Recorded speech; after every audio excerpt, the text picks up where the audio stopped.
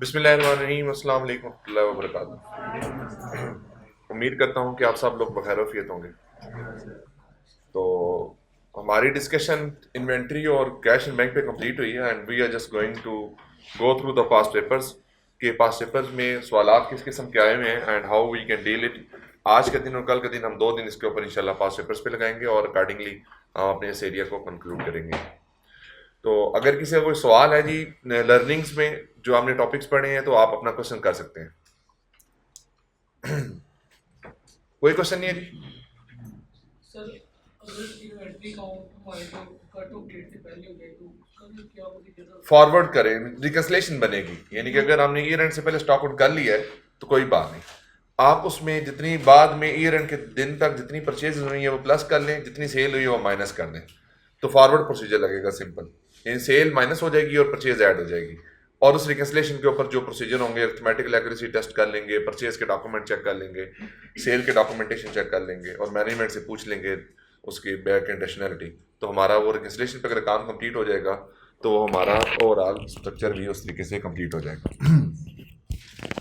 आ रही है यहाँ तक बात समझ आ गई आपको?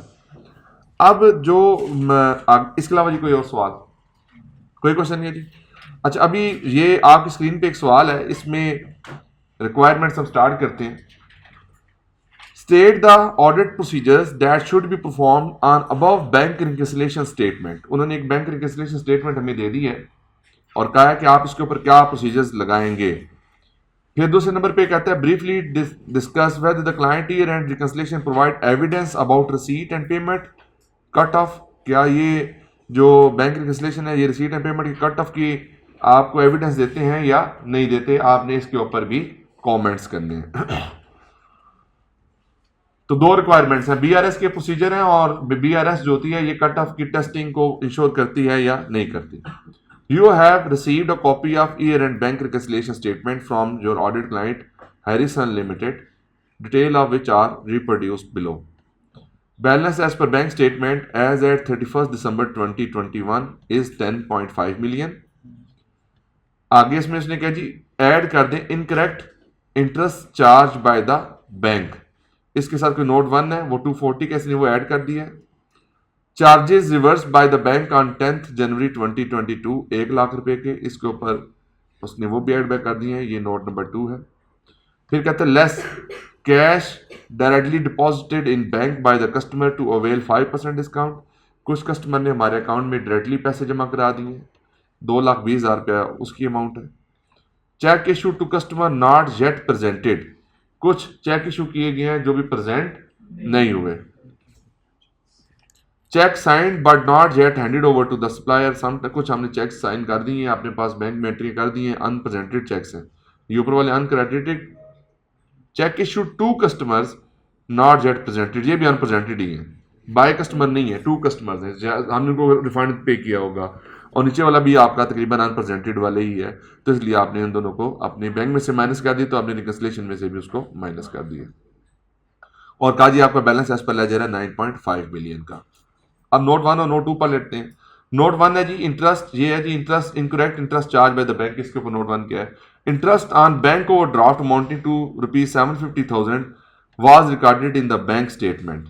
7,50,000 का इंटरेस्ट जो था वो आपके ओवर ड्राफ्ट के ऊपर बैंक ने चार्ज किया। However review of the account officer indicate an error and HL record the correct amount of 5,10,000 in the bank ledger. और जो बेसिकली आपका अकाउंटेंट था उसने कहा कि ये 7.5 लाख रुपया नहीं बनता बल्कि 5,10,000 रुपया बनता है। तो हम मैंने इसलिए 5,10,000 को माइनस कर दिया, रिमेनिंग जो है वो 2,40,000 रुपया जो बैंक है, बैंक ने गलत हमारा काटा हुआ हमने बैंक में ऐड बैक कर लिया है। अब देखें इस पे क्या प्रोसीजर आप लगाएंगे? सर सोचने हैं आपने, सारी चीजों को आपने असेस करना है, मतलब खाली ये बीआरएस नहीं है। आप बीआरएस में कुछ आइटम्स हैं जिसके ऊपर भी आपको सोचना पड़ेगा। क्या मतलब आपने एविडेंस लेना है। एविडेंस किस चीज पे लेना है कि ये 2,40,000 की अमाउंट ठीक है या नहीं है? इफेक्टिवली तो यही एविडेंस लेना ना आपने। क्या इसके ऊपर आप एविडेंस लेंगे? Very good. लोन अमाउंट जो आउटस्टैंडिंग थी और ओवरड्राफ्ट की फैसिलिटी की फॉर्म में मिली थी वो कितनी अमाउंट थी, उसके ऊपर मार्कअप की अरेंजमेंट्स क्या हैं, और वो उस अरेंजमेंट के मुताबिक रिकैलकुलेट करके चेक किया जाए कि क्या वाकई ही बैंक की कैलकुलेशन ठीक है या कंपनी की कैलकुलेशन ठीक है। अगर कंपनी की कैलकुलेशन ठीक है तो फिर ठीक है। और क्या प्रोसीजर लगा सकते हैं इसके ऊपर? बेटा इरेलीवेंट कोई बात नहीं करनी, सोच के बात करनी है और ठीक तरीके से बात करनी है। अब अपने सिनेरियो पे ले आए ना कि आपको राइस कॉलेज आपको ज्यादा फीस चार्ज कर ले। अब आपकी जो आपकी वर्किंग है उसके मुताबिक कम बनती है, राइस के मुताबिक वर्किंग ज्यादा बनती है। क्योंकि बैंक के साथ क्या की होगी हमने? करस्पॉन्डेंस की होगी। जाहिर बात है कुछ मैंने अपना पॉइंट ऑफ व्यू दिया होगा, कुछ बैंक की तरफ से पॉइंट ऑफ व्यू आया होगा। तो क्या ये चीज वहां से वेरीफाई होती है? क्या बैंक इसको एग्री करता है या नहीं करता? देखिए अगर बैंक एग्री करेगा तो मेरे पास कोई ना कोई करस्पॉन्डेंस होगी। फॉर एग्जाम्पल आपकी ज्यादा फीस कट जाए तो आप क्या करेंगे? आप राइज में आएंगे, आप मैनेजमेंट से बात करेंगे, आप उसे डिस्कस करेंगे कि मेरी फीस ज्यादा आपने चार्ज कर ली है, इसको रिवर्स करें। वो कहेंगे ठीक है जी, आप एप्लीकेशन लिख कर दे दें। आप एप्लीकेशन लिख कर देंगे, उसको एवेलुएट करेंगे, उसको डिस्कस करेंगे, फिर फाइनल जो भी अमाउंट होगी उसको उसके ऊपर लिख कर साइन ऑफ कर दिया जाएगा। आप अपने साइन करेंगे, राइज कॉलेज अपना साइन करेगा और फी आपकी डिटरमिनेट होकर फाइनल हो जाएगी। इस तरह से अगर मेरा इंटरेस्ट ज्यादा चार्ज हो तो बैंक ने एग्री किया होगा। अगर एग्री किया होगा तो मुझे उसके कोई डॉक्यूमेंट दिखा दें। अच्छा, ये अगर मेरा अगर इस टाइम पे एग्रीमेंट नहीं हुआ है रेंट की डेट के ऊपर, तो फिर अगली ऑप्शन क्या होगी? सब्सिक्वेंट टू ईयर एंड जाके देख लूं ना। देखिए मैं ही बताने, मैंने प्रोसीजर बताने आप लोगों को। अब एटलीस्ट आप लोगों को इतनी तो सेंस डेवलप हो जानी चाहिए ना कि ये प्रोसीजर होते हैं। आपने ये किसी बुक में नहीं है, किसी किताब की किसी बुक में भी नहीं है। ये जनरल अंडरस्टैंडिंग की बेस के ऊपर आपने हासिल करने। आप ये बताएं ये कौन सी किताब में प्रोसीजर लिखे हैं इसके ऊपर? बताएं कहीं लिखे हुए? अब ये क्या है? ये अकाउंटिंग का नॉलेज है बेटा, और बेसिक आपकी day to day routine life है।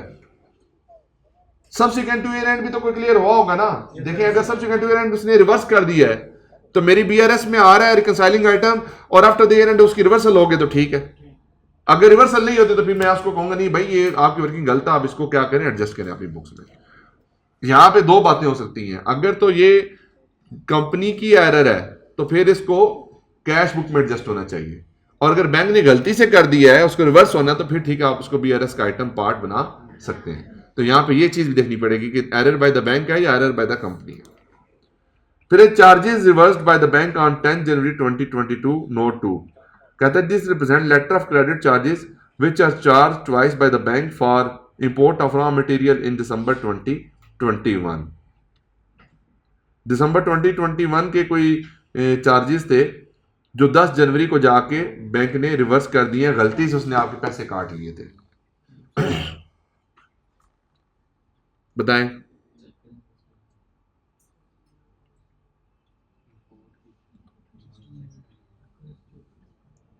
बोले कुछ तो बोले ना इसके ऊपर।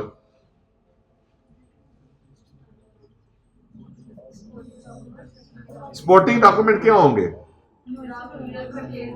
एलसी के डॉक्यूमेंटेशन लेंगे और उसके ऊपर चार्जेस को रिकैलकुलेशन करके चेक करेंगे कि चार्जेस बनते कितने थे।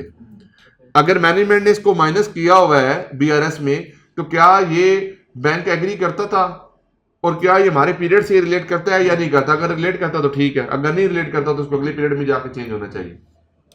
तो आप इस ये इंश्योर करना है कि ये जो नोट के अंदर बात लिखी है ये ठीक है या नहीं है। आगे जी, cash deposited in bank by the customer to avail 5% discount. Customer ने आपके अकाउंट में पैसे जमा करा दिए हैं, क्या ये बीआरएस का आइटम बनता है? ये क्या है? ये कैश बुक की एडजस्टमेंट है। इसको आपको क्या करना चाहिए?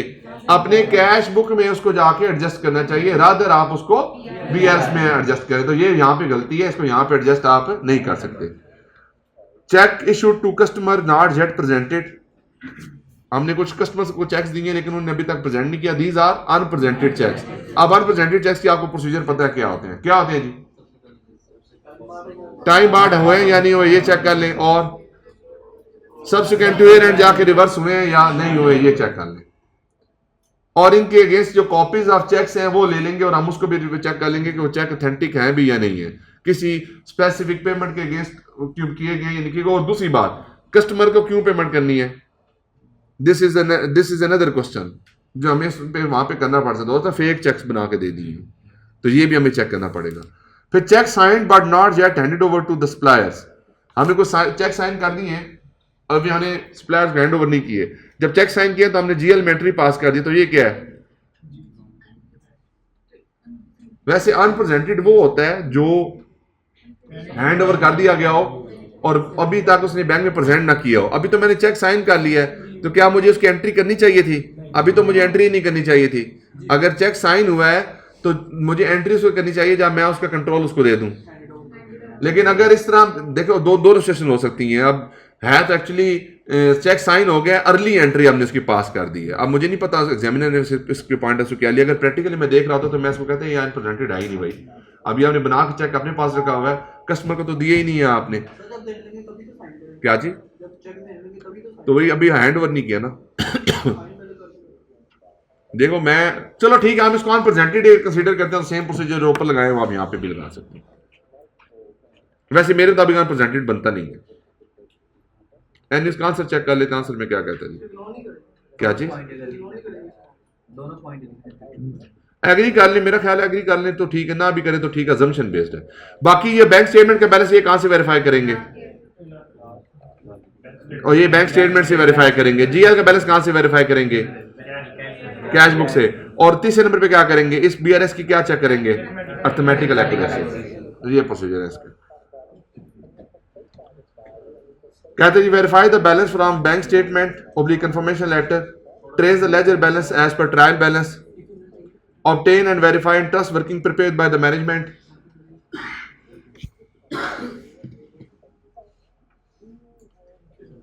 ठीक है जी।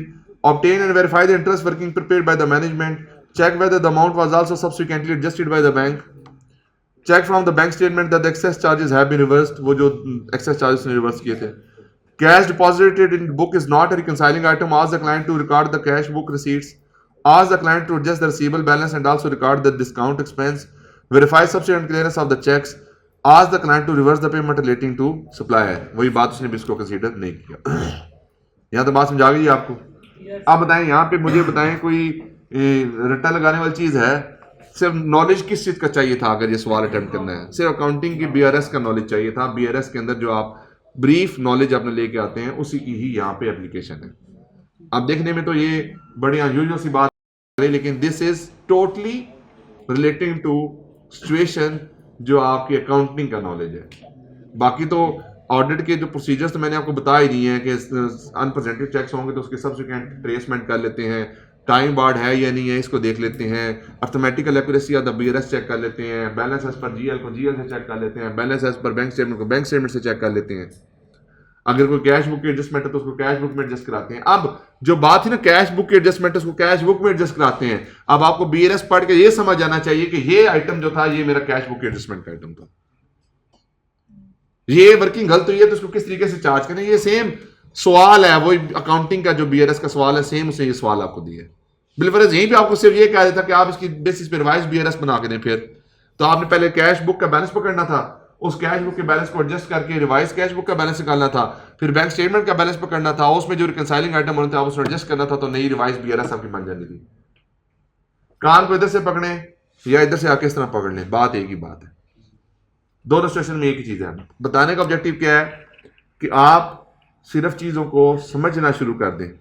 हाँ, अब एक और मसला जो मुझे काफी बच्चे बार बार कह रहे हैं कि आई की बुक में बहुत ज्यादा लिखा होता है और उसमें इररेलेवेंट बातें भी लिखी होती हैं, तो कोई मसला नहीं है। अगर आप आई की बुक यूज नहीं करना चाहते हैं आप ना करें, कोई इसमें कोई मजाके वाली बात नहीं है। देखें, जब क्लास में हम इतनी डिटेल डिस्कशन कर लेते हैं तो सिर्फ एक आप काम कर लें, आप कोई भी किताब यूज कर सकते हैं, किसी भी मार्केट में जो टीचर्स अवेलेबल हैं आप किसी टीचर की भी बुक को यूज कर लें। मुझे किसी पे कोई इतराज और पाबंदी नहीं है, ना मैं रोकूंगा किसी बच्चे को। लेकिन एक चीज आपने जरूर इंश्योर करनी है कि जो मिसिंग नॉलेज है उन बुक्स के अंदर आपने एटलीस्ट उसकी कंप्लीटनेस को जरूर इंश्योर कर लेना है कि कोई चीज मिस ना हो जाए।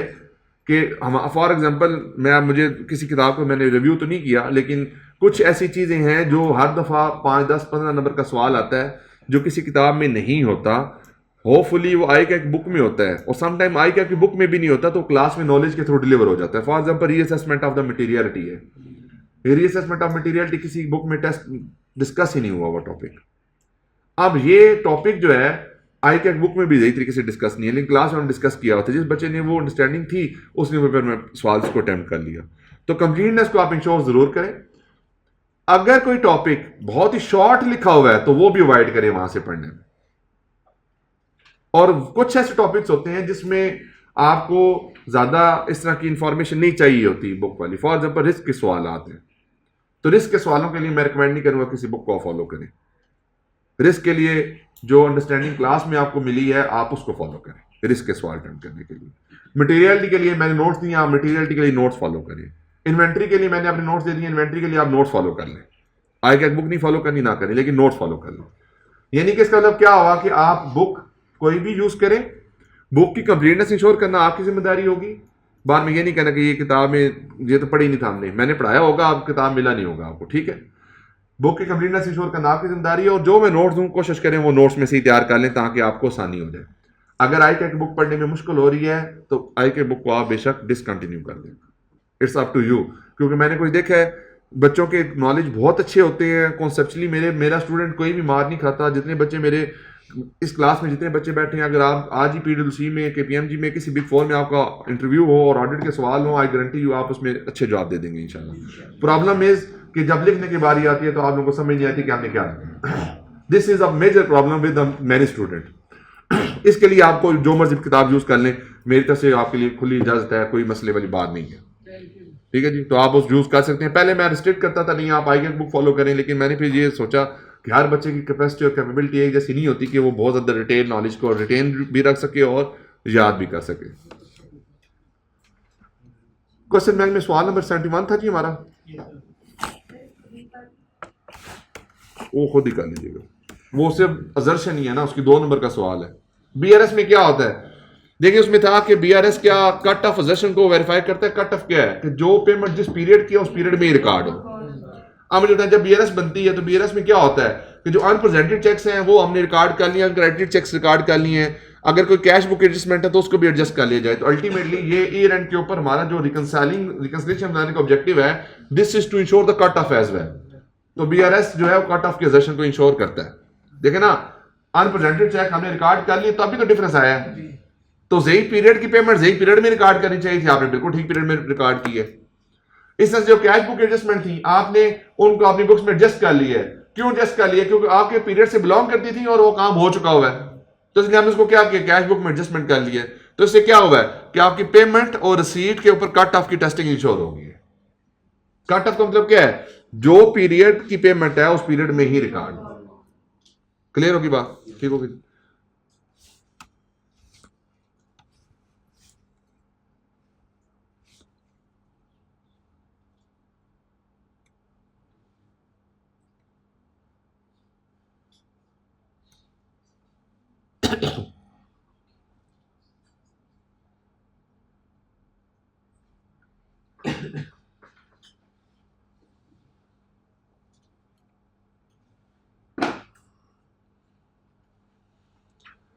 बेटा मैं एक्सपेक्ट करूंगा कि आप आंसर इसका खुद करें, रादर मैं आपको इसके बारे में जो है वो एक्सप्लेन करूं।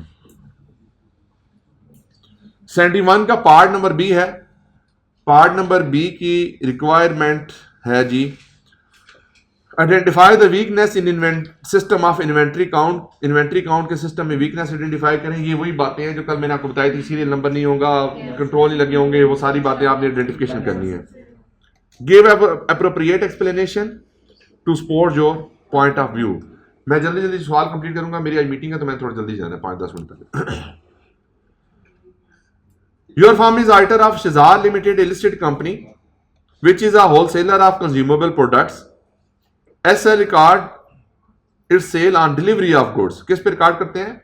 डिलीवरी पे। डिलीवरी का मतलब क्या है कि जब कस्टमर को पहुंच जाए। And maintain up to date computerised inventory record है, उसके ऊपर कंप्यूटराइज्ड इन्वेंटरी रिकॉर्ड भी मेंटेन करते हैं। A full inventory count was conducted at the year end. एक पूरा कंप्लीट इन्वेंटरी काउंट कंडक्ट हुआ। The senior who attended the physical stock count at the central warehouse has observed the following matters. उसने कुछ matter follow किए हैं। मैं फिर बता रहा हूं, अगर मैं आपको यहां सिर्फ बता दूंगा ना तो फिर फायदा को नहीं होना। मैं क्वेश्चन पढ़ने का मैकेनिज्म आपको जरूर बताऊंगा, आपने अटेम्प्ट घर से करके लेके आने हैं इनको, वरना फिर यही होगा कि मैंने बता दिया, आपने सुन लिया, इधर से सुनना, इधर से निकाल दिया आपने, अपनी कोई सोच उसमें नहीं लगाई, तो आपके लिए उसमें कोई लर्निंग का पर्सपेक्ट मौजूद नहीं रहेगा और किस तरह से क्वेश्चन को हैंडल करना है वो भी समझ नहीं आएगी।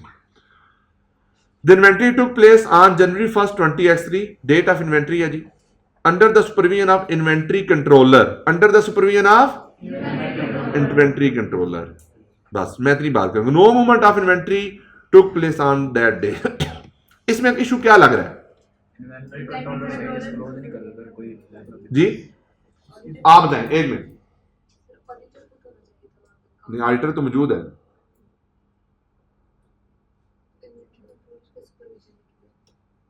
हाँ, तो इससे क्या फर्क पड़ेगा?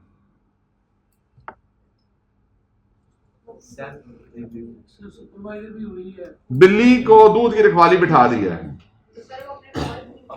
बिल्ली को दूध की रखवाली बिठा दिया है, यानी कि जिसका काम है इन्वेंट्री को मैनेज करना, उसी की सुपरविजन में ही हम क्या कर रहे हैं, इन्वेंट्री काउंट कर रहे हैं। अब फॉर एग्जांपल आपने कोई हेरा फेरी लगाई है स्टॉक के अंदर, तो आप क्या डिस्क्लोज करने देंगे? आपके पास 1000 लूप होल्स होंगे। क्या चीज? हाँ, बिच्छू है, सांप है, तो इन्वेंट्री काउंट ना करो, वो तो फिर यही करेगा ना। तो जिस बंदे ने स्टॉक काउंट करना है, यानी कि मैनेज करना है, वही स्टॉक काउंट की क्या कर रहा है, सुपरविजन कर रहा है। तो यहां पे इशू क्या है, सेग्रीगेशन ऑफ ड्यूटीज का। बेटा ये तुझे तो समझ जानी चाहिए ना, इतने दिनों की लेक्चर्स के बाद आप लोग इसको क्यों डिफाइन नहीं कर पा रहे? बड़ी सिंपल सी बात है, एनालिटिकली ये दिमाग तेज होना चाहिए यहाँ पे चीजों। और मैं ये जेन्युइन आपको बात हूँ, मैंने सवाल नहीं पढ़ा, मुझे नहीं पता आंसर क्या है इसका। ये भी आपके सामने मैंने सवाल सर्च किए, कंट्रोल F करके सर्च किए हैं इन्वेंट्री काउंट के, मेरे पास सवाल नहीं थे पहले। सिर्फ सोचना है आपने, बार बार मेरा फोकस किया है, सोचें सोचें सोचें। आप मुझे बताएं ये वीकनेस क्या आपकी बुक में लिखी हुई है? ये कंट्रोल वीकनेस क्या बुक में लिखी हुई है? ना आई क्या की बुक में लिखी है, ना मेरे नोट्स में लिखी हुई है, लेकिन क्या है, प्रैक्टिकल चैलेंज है। ये एक जनरल सिनेरियो है जिसके बारे में आपको पता होना चाहिए। 4 काउंटिंग टीम्स वर फॉर्म्ड। कितनी टीम्स बनाई गई हैं? 4। Each team comprise of 2 person, हर टीम के अंदर 2 बंदे हैं। The floor area was allocated to the team among themselves. The floor area was allocated by teams among themselves. Team ने खुद ही इसको आपस में बंदर बांट कर लिया। इशू क्या है? हाँ, वेरी गुड। ये काम प्लानिंग का है कि हमारे लोकेशंस किस तरीके से काम करेंगी, कहां पे किसने जाना है, किसने नहीं जाना, किस तरीके से जाना है, कहीं पे स्पेशलाइज्ड नेचर का मटेरियल पड़ा हुआ है या नहीं पड़ा हुआ, मुझे उसको मेयर करने के लिए कोई स्पेशलाइज्ड टेक्निक चाहिए या नहीं चाहिए। This all is the planning related area. तो प्लानिंग रिलेटेड एरियाज के बारे में we should have understanding prior to start of the count, and the allocation of team should be made according to the expertise. तो यहां पे ये मसला है, प्लानिंग का फुकदान नजर आ रहा है कि टीम अपने काम को खुद ही आपस में एलोकेट की जा रही है। Each team was instructed by inventory controller to remember which inventory item had been counted. इसका मतलब क्या है? एक मिनट, इसका मतलब क्या है? मार्क नहीं करते। यस, हमारे पास ना मार्किंग हो रही है, ना हो सकता है हमारे पास लिस्ट भी ना हो। फॉर एग्जाम्पल मैं गया जी लेकर, आप सारे आए खुशी खुशी ना, एडिटर साहब आ गए, लो जी एडिटर साहब आओ स्टॉक काउंट करने चलिए। एडिटर साहब को स्टॉक काउंट करने लेके चले गए, एडिटर साहब को लिस्ट ही नहीं थी। कहा जी आओ सर, आओ केड़ा इन्वेंटरी आइटम कोड कराना है सर, ये वाला करवा दें। लो जी गिनो 50 आइटम। उसने कहा जी कि कितने आइटम है? जिसमें 50 आइटम पड़े हैं। उसने काउंट कर लिया आपने? जी कर लिए। याद कर ले कौन सा आइटम आपने काउंट किया था। ना लिस्ट है, ना मार्किंग हो रही है, ना डिफरेंसेस के बारे में इंफॉर्मेशन आ रही है। तो याद करना is not a control. Control क्या है? प्री नंबर्ड शीट्स हो, शीट्स के ऊपर हम फ्लोर टू लिस्ट या लिस्ट टू फ्लोर की इंफॉर्मेशन के मुताबिक इंफॉर्मेशन को गेन करें और उसकी बेस के ऊपर हम उसके ऊपर मार्किंग करें, और अगर कोई डिफरेंस हो तो उसको कार्डिनली टाइमली बेसिस के ऊपर कम्युनिकेट किया जाए ताकि उसके बारे में कोई एम्बिग्विटी या प्रॉब्लम ना रहे। समझ आ रही है बात की? Pre number counting sheet were provided to staff involve in the inventory count. उन्होंने दी थी उनको pre number inventory count. The count sheet showed the inventory ledger balance to facilitate reconciliation. तो उसमें उन्होंने क्या किया हुआ है, साथ ही उन्होंने इन्वेंट्री लेजर का बैलेंस भी दे दिया है ताकि रिकंसिलिएशन में आसानी हो। हेरा फेरी कर लेंगे। जब आपके पास लेजर की बैलेंसेस मौजूद हैं तो आपके पास फिजिकल इन्वेंट्री के बैलेंस भी मौजूद हैं, तो आपकी कोशिश क्या होगी कि लेजर के बैलेंस को ही क्या बना दें, लेजर के बैलेंस को क्या बना दें, इन्वेंट्री का लेजर का बैलेंस बना दें, यानी कि फिजिकल इन्वेंट्री का बैलेंस भी आप वही बना दें।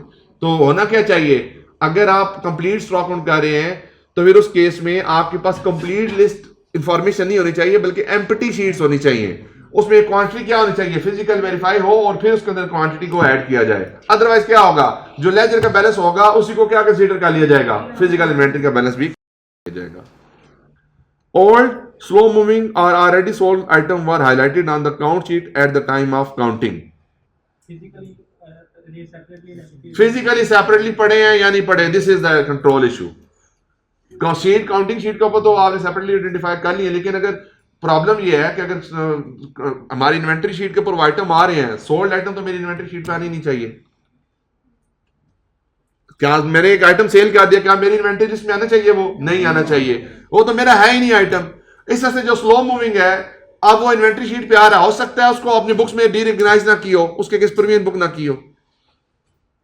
तो होना क्या चाहिए, वो शीट्स में, उन शीट्स में नहीं होना चाहिए, बल्कि उनकी सेपरेट शीट्स मेंटेन होनी चाहिए कि ये इन्वेंट्री है जो थर्ड पार्टी के ब्याह पे मेरे पास पड़ी है, ये मेरी बुक्स में नहीं आ रही।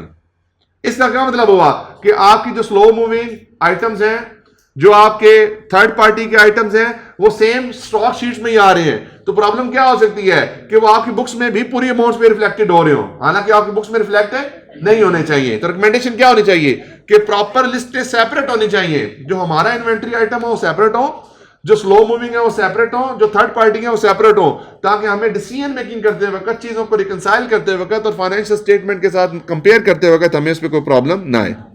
समझाइए बात की, ऊपर से तो नहीं गुजर गई। Items not located on pre-numbered inventory sheets were recorded on separate sheet which were numbered by the staff. इसका मतलब क्या है, लिस्टें कंप्लीट नहीं है, लिस्टें कंप्लीट नहीं है, इन्वेंट्री आपकी कंप्लीटनेस का शिकार नहीं है। कंप्लीटनेस का इशू यहां पे मौजूद है। क्यों मौजूद है, क्योंकि प्री नंबर शीट के ऊपर इन्वेंट्री आइटम अगर आ ही नहीं रहा और फिजिकली पड़ा हुआ, तो इसका मतलब क्या है कि आपकी परचेजेस प्रॉपर रिकॉर्ड नहीं होती, आपकी इन्वेंट्री प्रॉपर सिस्टम के अंदर जाके रिकॉर्ड भी नहीं होती। यही मतलब है ना इसका। और दूसरी बात क्या है कि जो आपका स्टाफ मेंबर है वो उसके ऊपर खुद ही नंबर लगाया जा रहा है, how he can add the number तो लगा ही नहीं सकते उसके ऊपर। Eight the end of the counting all inventory against which advances from customer had been received were removed from the physical inventory on the instruction of the inventory controller. फिर again instruction कौन दे रहा है, inventory controller दे रहा है, और उसकी construction के ऊपर जिनके एडवांस रिसीव हुए हैं उनके अगेंस्ट हम इन्वेंट्री को माइनस कर देते हैं। हो वी कैन इंश्योर कि ये इनके अगेंस्ट कस्टमर की पेमेंट आ गई है और ये किसी थर्ड पार्टी की इन्वेंट्री है। तो होना क्या चाहिए, जैसे ही किसी थर्ड पार्टी की पेमेंट आए उसकी सेपरेट लिस्ट तैयार हो जाए और इन्वेंट्री हमारे स्पेसिफिक एरिया में अलग पड़ी हो, हमारी इन्वेंट्री के साथ कंबाइंड होकर ना पड़ी हो, ना ही हमारी लिस्टों के अंदर उसकी कोई इंफॉर्मेशन आनी चाहिए। तो ये जनाब इसमें कंट्रोल वीकनेसेस हैं, इसका आंसर भी देख लेते हैं। बात समझ आई है, मुश्किल है। देखिए अगर एडवांस ले लिया है, कस्टमर स्पेसिफिकेशन के मुताबिक गुड्स हैं, तो फिर तो सेल हो गई है। हाँ तो वो सेल रिकॉर्ड ही, फिर थर्ड पार्टी का स्टॉक ही नहीं है वो। इसका मतलब क्या है कि हमने सेल प्री मैच्योर रिकॉर्ड कर ली है, एडवांस के ऊपर सेल रिकॉर्ड कर ली, इसका मतलब ये है इन्वेंट्री हमारी बुक्स में आनी चाहिए, ये गलत है जी। लास्ट वाला यानी at the end of the count all inventory against which advance from customer had been received were removed from the physical inventory on instruction of the inventory controller. तो कैसे रिमूव कर सकते हैं, आपने मुझे पैसे दिए हैं, मेरी पॉलिसी है कि आपको मैं गुड्स डिलीवर करूंगा, तो पैसे लेने के ऊपर मेरी सेल थोड़ी हो गई, डिलीवरी पे होगी। तो मैंने उसको सेपरेट किस बेसिस पे कर लिया, और मैंने अपनी बुक्स में से निकाल उसको किस बेसिस पे दिया। लेकिन उसमें नेचर है नहीं, होलसेलर का काम करता है, स्पेसिफिक थोड़ी होगी। फिर देखो ना, wholesaler of of consumable products, तो कंज्यूमेबल प्रोडक्ट्स की कौन सी स्पेशलाइज्ड नेचर होनी है, कोई मैन्युफैक्चरिंग थोड़ी है। हाँ कोई मैन्युफैक्चरिंग हो तो फिर आप ये assumption ले सकते हैं स्पेशलाइज्ड नेचर पर। बात समझ आ गई है, ऊपर से तो नहीं गुजरा। आंसर देख लेते हैं ताकि आपको थोड़ा सा समझ आ जाए। हालांकि मेरी कोशिश थी कि आपको आंसर ना बताया जाए, लेकिन मजबूरी देख लें। Lack of segregation of duties, non availability of detail plan, ये दोनों बातें हमने पहले डिस्कस की थी। No system of marking on the counting items, perpetual inventory record available on count sheet, the person responsible for counting may try to match the number provided instead of carrying out independent count. Additional counting sheet are not pre numbered. उसने और भी additional हमने जो points इसके अलावा हमने बताए थे उसने यहाँ पर मेंशन नहीं किया, आप उसको मेंशन कर सकते हैं। ठीक हो गया जी। ये तो एटलीस्ट जितनी यहाँ पे लिखे से ज़्यादा ही आपने इसके बारे में देख लिया। सिर्फ एक चीज़ बताऊँ आपको, सिर्फ थोड़ा सोचना है आपने। पता नहीं आप पेपर में बैठे सोच पाएंगे या नहीं पाएंगे, ये मैं इसके बारे में कुछ कह नहीं सकता। ठीक है, सोचना है आपने सिर्फ, और सोच के आपने उसका आंसर प्लान करना है। ठीक है जी। जैसे इन्वेंट्री आइटम आपका रिकॉर्ड कब होता है? जब आप उसके अगेंस्ट, जब इन्वेंट्री परपेचुअल इन्वेंट्री में क्या होता है, जैसे ही आपकी कोई ट्रांजेक्शन हो साथ उसके अगेंस्ट आपका रिकॉर्ड सिस्टम अपडेट हो जाए। लेकिन इस केस में क्या होता है, कुछ ऐसी इन्वेंट्री आइटम आपकी अपडेट हो रहे थे जो अभी तक सेल हुए ही नहीं है। तो जब सेल हुए नहीं तो आप इन्वेंट्री में से निकल ही नहीं सकते। आप पता नहीं उसने क्या लिखा होता, लेकिन मेरी अंडरस्टैंडिंग तो यही है, मैंने पढ़ा नहीं है उसमें पूरा। अच्छा जी, आगे दूसरा सवाल कौन सा था जी?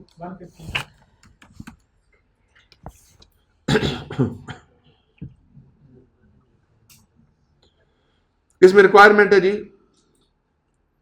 List and explain the reason for audit procedure used in obtaining evidence in relation to inventory count of inventory held in shops. कुछ इन्वेंट्री हमारी शॉप्स पे पड़ी है, उसके ऊपर हम क्या प्रोसीजर लगाएंगे विद रीजन ऑफ बताना है।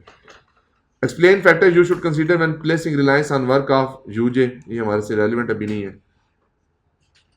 Describe audit procedure you should perform to ensure jewellery inventory is valued correctly. Inventory जो ज्वेलरी ऑफ इन्वेंट्री जो है वो सही वैल्यूड हुई है properly.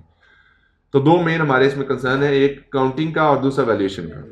You are audit manager in firm of Dendy and company, an audit firm with 10 national offices. One of your client Sparks Forever purchase diamond jewellery from 3 manufacturers. एक आपका client है, वो 3 मैन्युफैक्चरर से diamond purchase करता है। The jewellery is then sold from Sparkles Forever 4 shops. फिर उस jewellery को 4 शॉप्स के थ्रू सेल किया जाता है। This is the only client your firm has in the diamond industry. ये आपका सिर्फ अकेला क्लाइंट है जो डायमंड इंडस्ट्री के अंदर काम कर रहा है, यानी फर्म का। You are planning to attend the physical inventory count for Sparkle Forever. Inventory is in largest amount on the statement. Inventory is a largest amount on the statement of financial position on each of the 4 shops holding material amounts. मतलब material item और 4 shops के ऊपर material है। Due to the high value of the inventory, the shops will be visited and test count performed. हम इसके ऊपर shop के ऊपर विजिट करेंगे और विजिट करके हम उसको इन्वेंट्री काउंट करेंगे। With the permission of the director of Sparkle Forever, You have implied JJ. आपने क्या किया, JJ को इम्प्लाई किया है। A firm of specialist diamond valuer who will also be attenders, यानी कि हमने डायमंड की वैल्यूएशन के लिए एक एक्सपर्ट को भी इंगेज किया है। JJ will verify that the jewelry is in fact made from diamond and that jewelry is saleable with respect to current trend and fashion. जाहिर बात है डायमंड के अंदर ना एक जो हर जो ओरिजिनल डायमंड होता है उसके एक यूनिक नंबर होता है। जो डायमंड विदाउट नंबर होता है वो 2 नंबर डायमंड होता है। इसके ऊपर एक स्टोरी सुनाऊंगा आपको बाद में भी। तो डायमंड की ज्वेलरी वेरीफाई करने के लिए कि डायमंड जेन्युइन है या नहीं है, उसके अगेंस्ट उसके स्पेसिफिक नंबर और बार कोड्स होते हैं, उसके थ्रू उसकी वेरिफिकेशन होती है। और अगर वेरीफाई हो जाए तो जेन्युइन है, अगर वेरीफाई नहीं होगा तो 2 नंबर है। तो इसके लिए उसने क्या किया है कि, और दूसरी बात क्या है, फैशन ट्रेंड को भी टेस्ट करने के लिए जेजे की हम हेल्प लेंगे। JJ will also suggest on a sample basis the value of specific item of the jewelry। और JJ जो है उनके बेसिस के ऊपर कुछ सैंपल के ऊपर जो है उनकी वैल्यू भी बताएगा कि ज्वेलरी के आइटम की वैल्यू क्या है। Counting will be carried out by shop staff in team of 2 using pre numbered count sheet. तो ये शॉप का स्टाफ खुद ही उसकी काउंटिंग कर रहा होगा। List and explain the reason for audit procedure used in obtaining evidence in relation to inventory count held in the shops।